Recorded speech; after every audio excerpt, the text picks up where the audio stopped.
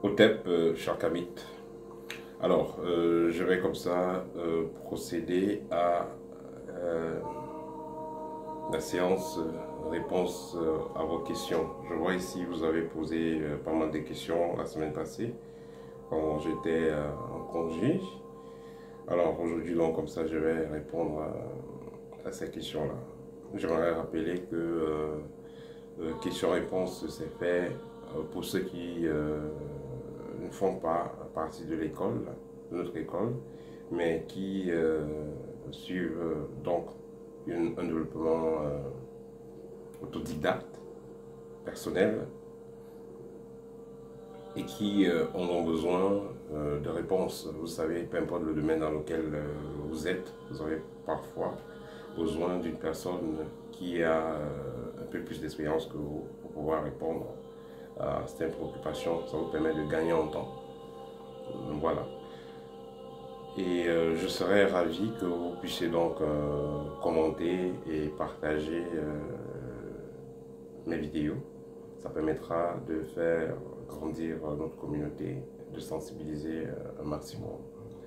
Alors, la première question, comment savoir qui vous accompagne? Ici, la personne veut savoir, la personne pose la question à savoir euh, qui sont ses guides. Comment est-ce que vous pouvez donc déterminer quels sont les êtres qui vous accompagnent dans votre incarnation, quels sont les êtres qui sont avec vous. Alors, la façon idéale pour savoir quels sont les êtres qui vous accompagnent, c'est de suivre une voie initiatique. Parce que l'initiation, comme je le dis souvent, la vie, c'est comme une autoroute. Dans la vie, euh, voilà, il y a plusieurs, dans la vie que nous vivons, dans le monde dans lequel nous sommes, il y a différents esprits, différents anges, différentes entités, et ainsi de suite, différents règnes pour les différents êtres. Cependant, que nous soyons conscients ou non, nous interférons avec plusieurs entités, avec plusieurs êtres, avec certaines divinités. Pareil donc avec celui qui est dans une autoroute, il va interférer avec des camions, avec des taxis, des motos, ainsi de suite. Avant de prendre donc cette autoroute, ou alors avant d'être sûr d'avoir une bonne expérience dans cette autoroute, il sera mieux d'avoir un permis de conduire. Il ne suffit pas de seulement les déplacer, il faut avoir un permis de conduire pour lire les signaux, pour pouvoir interpréter les différents mouvements des autres, pour pouvoir interpréter les signaux qu'il y a sur la route, et sur la terre, sur le sol, autant pour moi, les pancartes et autres. Mais si vous n'avez pas donc un permis, vous n'allez pas comprendre de quoi il est question. C'est la même chose avec la vie dans laquelle nous sommes, avec l'incarnation présente. L'initiation symbolise dans le permis. Et celui qui a donc eu ces bases-là saura qu'est-ce qu'il faut faire à quel moment de son existence. Parce que, voilà, chaque chose qu'on doit faire demande parfois à être fait suivant certains timings pour éviter certaines surprises désagréables. Donc, pour pouvoir donc savoir qui vous accompagne, c'est la base pour un initié, parce que tout initié le sait très bien, nous venons sur Terre pour une mission particulière et pour réaliser la mission particulière que nous devons réaliser. Voilà, pour réaliser cette mission, désolé de la tautologie, pour réaliser la mission que nous avons réalisée, nous avons donc besoin d'avoir une certaine base. Et cette base consiste donc à quoi? À connaître qui nous sommes et ce pourquoi on est là. Et nous avons donc des êtres adaptés à notre mission de vie qui sont donc près de nous. Mais on n'est pas conscient de cela, on n'est pas conscient de leur présence à cause des règles sociales, à cause de l'environnement, je vais dire, à cause de l'environnement dans lequel nous sommes, à cause de ce qui nous dirige aussi, à cause de ce qu'on nous a mis dans la tête depuis l'enfance, ce qui fait que nous avons mis inconsciemment des barrières qui nous empêchent d'entrer avec ces êtres qui nous accompagnent. Et je vais prendre comme exemple celui qui était dans une église chrétienne. Il s'est fait baptiser et il a donné sa vie à Jésus. Il a donné sa vie à Jésus. Tous ceux qui sont chrétiens savent de quoi il est question. Vous allez à l'église, vous donnez votre vie à Jésus. L'autre a fait le baptême, après il a fait la première communion, après il a fait la confirmation. Il confirme qu'il donne son âme à Jésus. Bon, celui-là, il n'aura pas une bonne interférence avec ses guides parce qu'il les a tourné le dos. Et il a confié son existence, sa vie, son âme à un être qu'il ne maîtrise pas. Donc, pour conclure, pour savoir les êtres qui vous accompagnent, c'est par l'initiation. Vous apprenez à découvrir qui vous êtes. Ensuite, vous saurez automatiquement les êtres qui vous accompagnent. Parce que ces êtres-là se présenteront à vous. Vous n'avez pas besoin d'appeler, de les invoquer. Ils se présenteront à vous quand vous serez prêt. C'est pourquoi on dit souvent, quand l'élève est prêt, le maître se présente.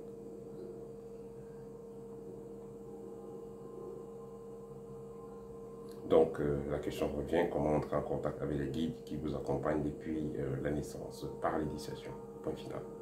En travaillant sur vous, en augmentant votre vibration. Automatiquement, quand ces guides-là vont ressentir que vous avez déjà atteint un certain niveau vibratoire, ils se présenteront à vous. Très simplement. Comment ressentir les vibrations? Quand j'ai fait mes recherches, on a dit toutes les vibrations. Comment ressentir les vibrations?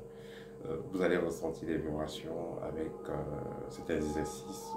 Mais déjà, la purification, c'est importante. Et ensuite, la méditation. La purification est importante si vous voulez développer le ressenti, le clair ressenti. Dans le langage, on parle de clair ressenti. Pour développer cela, il faudra passer par la purification et la méditation, les exercices. Il y a des exercices spéciaux pour ça. C'est la raison pour laquelle les écoles spirituelles sont là, parce que dans les écoles spirituelles, c'est ça qu'on apprend aux gens. On n'a pas d'une école spirituelle pour tout simplement parler des pharaons, trop de philosophie, non, c'est beaucoup plus la pratique. Et le fait de méditer, le fait de faire certains exercices, le fait de se purifier, vous permettra donc de développer votre clair ressenti. Je vais prendre un exemple. Quand vous allez en forêt, ceux qui ont fait l'initiation à l'Iboga ou à d'autres plantes sacrées, le but de ces plantes sacrées, c'est quoi?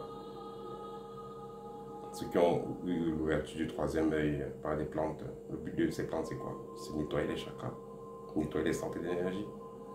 Si on a nettoyé votre troisième œil, automatiquement, la sensibilité au niveau visuel sera autre chose. Quand vous avez bu certaines portions magiques qui ont agi sur certains de vos chakras, automatiquement, vous allez commencer à ressentir les énergies de façon très forte. Vous allez commencer à voir des énergies. Vous allez commencer à entendre des choses. Ressentir les choses. Un sixième sens sera super développé. Donc c'est la purification. On a nettoyé vos chakras de la saleté qui restait, qui vous bouchait, qui bouchait dans ces chakras, qui bouchait ces méridiens. Toute cette saleté-là a été dégagée par la purification. C'est pourquoi vous allez commencer à ressentir, entendre, et ainsi de suite. Donc, pour pouvoir développer votre clair ressenti, cette sensibilité-là, il est important de passer par la purification. Et ensuite, la méditation et faire d'autres exercices supplémentaires pour accélérer le processus. Voilà. C'est tout ce qui est enseigné dans les écoles initiatiques. Comment avoir vos livres depuis l'Afrique? Vous avez besoin de mes livres, contactez-moi en privé via WhatsApp et je vous dirai comment avoir mes livres.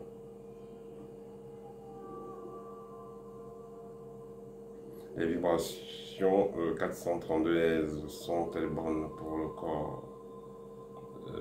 Pour utiliser, écouter ces vibrations pour le corps, si vous vous sentez bien après avoir utilisé, vous allez écouter cela, ce que ça va. Voilà. Donc écoutez votre cœur, si vous vous sentez bien après avoir écouté cette étude de musique, il n'y a pas de problème.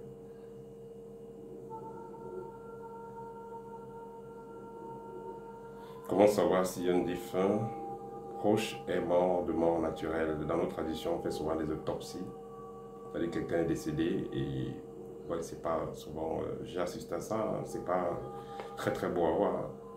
Vous avez votre papa, votre maman, parent, un frère, une soeur qui est décédé. On amène on amène la personne au village. On la lève du cercueil, on la dépose à terre, on prend un couteau et on la découpe. Hein. On la découpe comme... désolé de parler de ça, mais c'est la réalité. On ouvre le corps de la personne, on va vérifier les organes à l'intérieur. En fonction de ça, ils vous diront si elle est morte naturellement ou pas. Sous forme d'autopsie traditionnelle. Ça, c'est une méthode qui est appliquée en Afrique, mais il y a d'autres méthodes, ça va dépendre du niveau spirituel de celui qui veut savoir ce qui se passe. Ou alors, si vous n'avez pas un niveau assez avancé, vous pouvez contacter un mystique, vous donnez le nom de la personne décédée et il essaiera de se connecter à la personne et vous dira ce qu'il en est. Rêver d'avoir des difficultés de se déplacer en rêve, ça signifie que le corps astral doit être nettoyé. Donc faites juste des bains d'encens et vous allez résoudre le problème. Question suivante. Jésus, les anges et tous ces êtres, est-ce qu'ils existent? Oui, ils existent. Ils existent dans des dimensions plus avancées que la nôtre. Donc que la dimension physique. Donc 4e D, 5e D, ils existent là. Nous sommes dans la 3D. Et nous interférons dans d'autres dimensions. Donc ces êtres-là existent dans d'autres dimensions. Ils peuvent interférer dans notre dimension, bien entendu.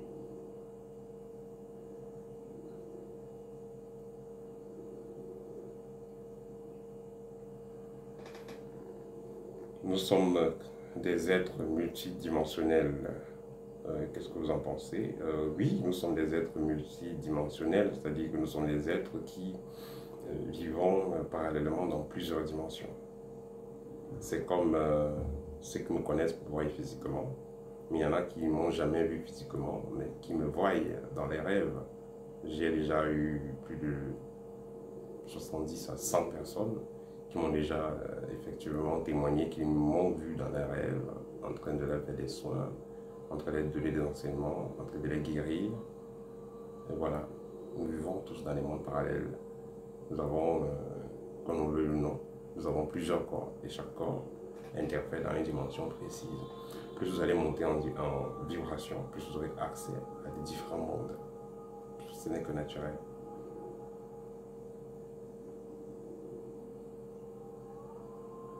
La réincarnation est-il une prison? Imaginez que vous êtes au collège, vous êtes en train de fréquenter, vous arrivez en terminale.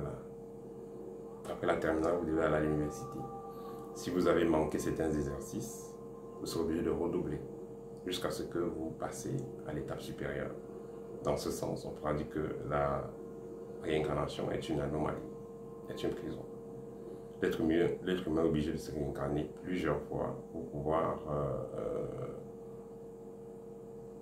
rectifier ses erreurs. Mais après, il faudra aussi noter que ce n'est pas tout le monde qui a la chance de reprendre la classe. Parfois, vous êtes renvoyé, on ne veut même plus vous voir au collège. Donc, la réincarnation, c'est une anomalie, mais c'est aussi une faveur.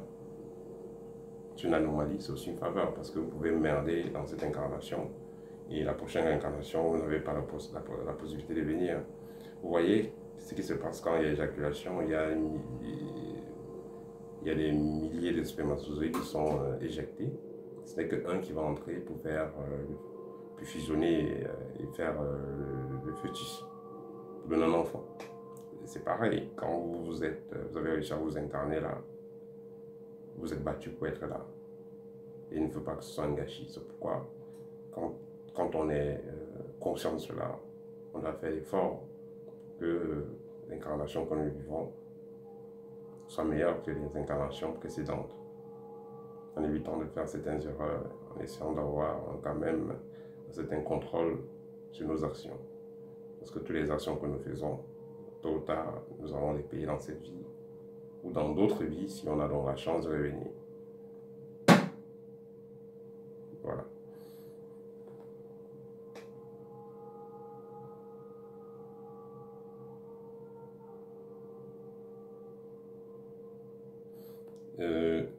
personne a dit ici que pourquoi les Ngangas sont polygames. Bon, je parlais de l'énergie sexuelle, une vidéo, je parlais de l'énergie sexuelle. Quelqu'un dit les Ngangas sont polygames. Ça va dépendre, hein, ça va dépendre. Il y a les Ngangas, c'est en Afrique, c'est comme vous avez dit, des maîtres spirituels, des guérisseurs, des maîtres de la tradition et autres. Voilà, le Nganga, beaucoup de Ngangas sont polygames. Ça, c'est vrai. D'autres vont être polygames parce qu'ils veulent accroître leur pouvoir. D'autres vont être polygames parce que justement, ils veulent avoir une grande lignée, comme les grands-parents ont eu à faire. Mais ce qu'il faut aussi noter, c'est que d'autres sont polygames parce que, voilà, ils vont utiliser les énergies de ceux qui sont autour d'eux. D'autres sont polygames parce que, justement, ils veulent faire aussi des sacrifices. Ils veulent faire des sacrifices par rapport à certains partenariats qu'ils ont avec certains esprits. Pas d'autres vont être polygames. Je vous ai parlé un jour d'un grand maître qui était dans la zone d'Afrique centrale, un des plus grands de magie indienne que j'ai eu à connaître. Et ce maître-là, derrière sa maison, il y avait une centaine de tombes. Et c'était les tombes des petits enfants. Et il était polygame, il avait une dizaine de femmes. Chaque mois, il y avait toujours une fausse couche, quelque part, ou chaque 2 semaines. Mais il était très ponctuel dans ses opérations magiques. Vous pouvez vous faire apparaître ce que vous voulez, où vous voulez. Qu'est-ce qui travaille? Ou alors qui travaille? Ce n'est pas des coqs ou des poulets qui travaillent, non. Je parlerai de ça encore peut-être plus tard. Voilà. Question suivante, pourquoi certaines purifications demandent 7 jours de purification pour la femme, 9 pour l'homme? Bon, là, ça dépend du type de rituel, mais moi, généralement, je vais vous demander tout simplement de faire 9, que ce soit chez l'homme ou chez la femme. Parce que le 9, ça permet de restaurer les énergies, remettre les énergies à jour.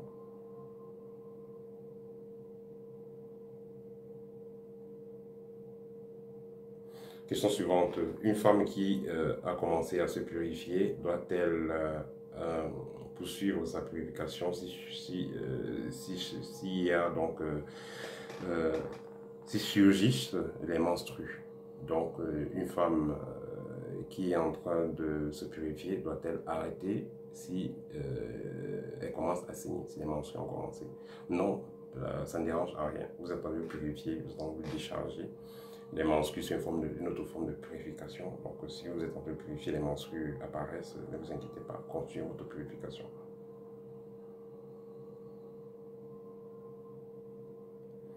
Un chrétien peut-il facilement entrer en communion avec son guide original? Non. Le chrétien a donné sa vie à, comme il y a chrétien, il y a Christ, à Jésus-Christ. Donc, le chrétien qui a donné sa vie à Jésus-Christ, il a donc coupé les ponts, il a donc mis de côté ses propres guides pour avoir des guides artificiels et guides adaptés. Donc, pour avoir une guidance adaptée, donc il n'aura pas une bonne connexion avec ses propres guides de base. Non, c'est pas possible. C'est pas l'objectif que la religion empêche le développement spirituel. Il y a quelqu'un qui n'a même pas de religion.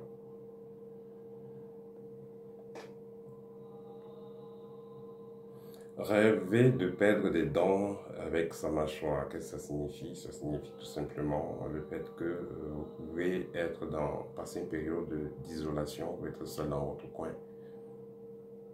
Vous pouvez perdre donc cette chaleur-là, peut-être un partenaire, peut-être quelqu'un qui était trop proche de vous, pourra s'en éloigner. Qu'est-ce que ça signifie?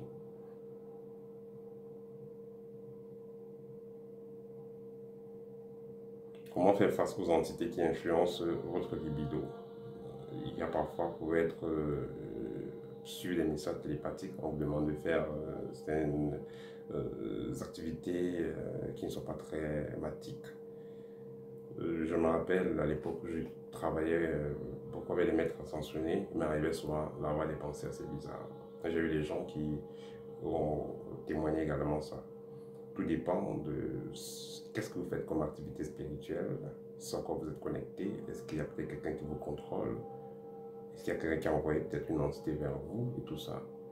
Donc, pour faire face à une entité qui vous influence, qui influence notamment votre libido, il sera important de commencer par une consultation, savoir quelle est cette entité, pourquoi elle est là, est-ce que vous l'avez fait entrer vous-même ou est-ce que c'est quelqu'un qui a fait venir cette entité, et ensuite la congédier pour qu'elle vous fiche la paix.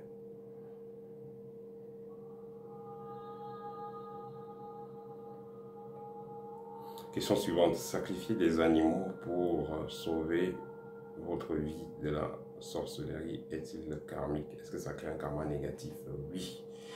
Vous avez passé le temps à faire certaines activités, vous avez ouvert une porte qui fait en sorte que le sorcier ouvre votre tête. Ou alors tout simplement ça entre dans le processus de votre élévation, de votre évolution. Pourquoi est-ce que vous allez prendre donc un bœuf ou un coq qui n'avait rien d'autre à faire que de chanter le matin, monter sur ses poules? Vous avez votre bouc qui chaque matin allait courir dans la cour, s'occuper de ses chèvres et autres. Mais on va le prendre, on va le décapiter là. Parce que monsieur Y a des blocages, a des problèmes, est attaqué par les sorciers. Lui là, quoi, cirer dans vos problèmes. Il n'a rien à cirer dans vos problèmes. Vous pouvez tuer un animal parce que vous voulez le manger, ça se comprend. Mais en tuant un animal que vous allez manger, vous devez respecter certaines règles. Mais vous allez prendre juste l'animal, vous le tuez parce que vous avez des blocages. L'animal n'a rien à cirer avec vos blocages, ce n'est pas son problème. C'est comme si, voilà, vous êtes un parent et vous êtes entré dans une secte et après on vous demande le sang, vous sacrifiez vos enfants. Ils ont quoi à voir dans ça? Est-ce que c'est eux qui sont entrés dans ça? Donc ça ne peut être que très négatif pour votre karma. C'est un karma négatif que vous créez, c'est très mauvais pour votre évolution. Vous ne devez pas sacrifier un animal parce que vous avez des problèmes, parce que vous êtes menacé par le sorcier, non. Vous êtes menacé par le sorcier, ça veut dire que vous avez failli quelque part, vous êtes faible quelque part. Il faudra reprendre les bases, travailler sur vous, demander de l'assistance à vos guides, vos ancêtres, si nécessaire. Et là, vous évoluez spirituellement. Mais si vous allez zigouiller un animal qui ne nous a rien demandé, qui n'a rien à voir avec vos problèmes, là, vous amplifiez les choses. Vous voyez souvent des gens qui se font écraser par les animaux, se font dévorer par les animaux, mordre par les animaux. C'est parce qu'il y a un karma que l'humain craint vis-à-vis des animaux également. Et il ne faut pas être cette catégorie d'humain. Il faut respecter toute vie.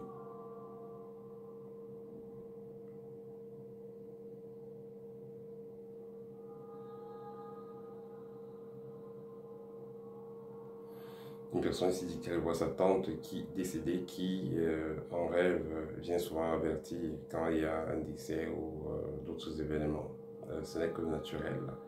Quand vous avez une personne de votre famille qui est déjà décédée, elle est de l'autre côté, elle peut venir vous passer des messages. C'est quelque chose d'avantageux si elle vient vous avertir quand il y a des choses qui arrivent. Généralement, même ces êtres-là, ceux qui sont de l'autre côté le font, mais puisque les gens ont des barrières mentales, les gens ont des barrières énergétiques, ils ne sont pas conscients de cela.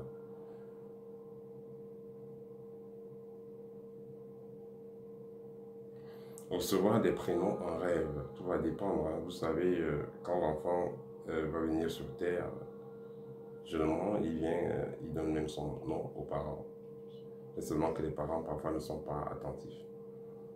Donc, recevoir des prénoms en rêve, il faudra juste poser la question à vos guides. À qui ces prénoms? Pourquoi est-ce qu'ils vous donnent ces prénoms? Posez la question à vos guides. N'hésitez pas à poser la question à vos guides.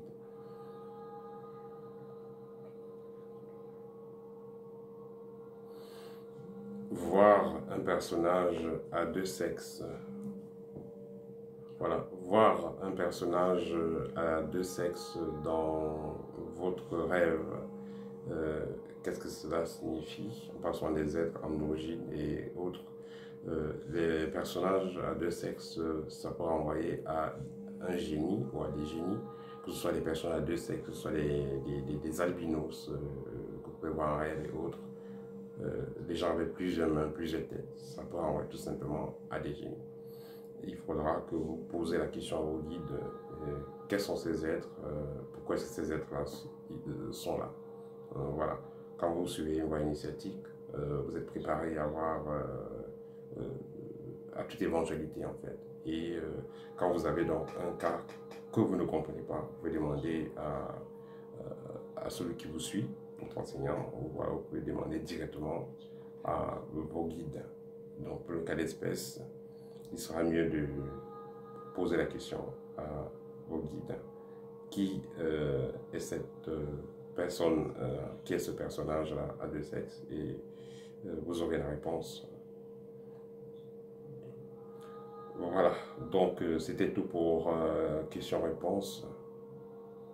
J'ai été heureux de répondre à vos questions. Si vous avez besoin de l'un de mes livres, que ce soit Libre ou Art de rayonner, Libre vous aide à résoudre vos problèmes liés à la sorcellerie. Libre vous décrit certaines plantes, vous donne le nom scientifique de certaines plantes, certaines écorces que vous pouvez utiliser pour purifier votre maison. L'usage des pierres, l'usage des plantes, l'usage des écorces et racines, l'usage des encens, l'usage des objets de protection comme bagues, argent, or et autres. On en parle dans le livre Libre. Et mon second livre, Art de rayonner, il vous parle de quoi? De comment récupérer son étoile, faire briller son étoile, protéger son étoile. C'est tout pour aujourd'hui. Peut-être partagez la vidéo, commentez, ça fera grandir notre communauté. À très bientôt.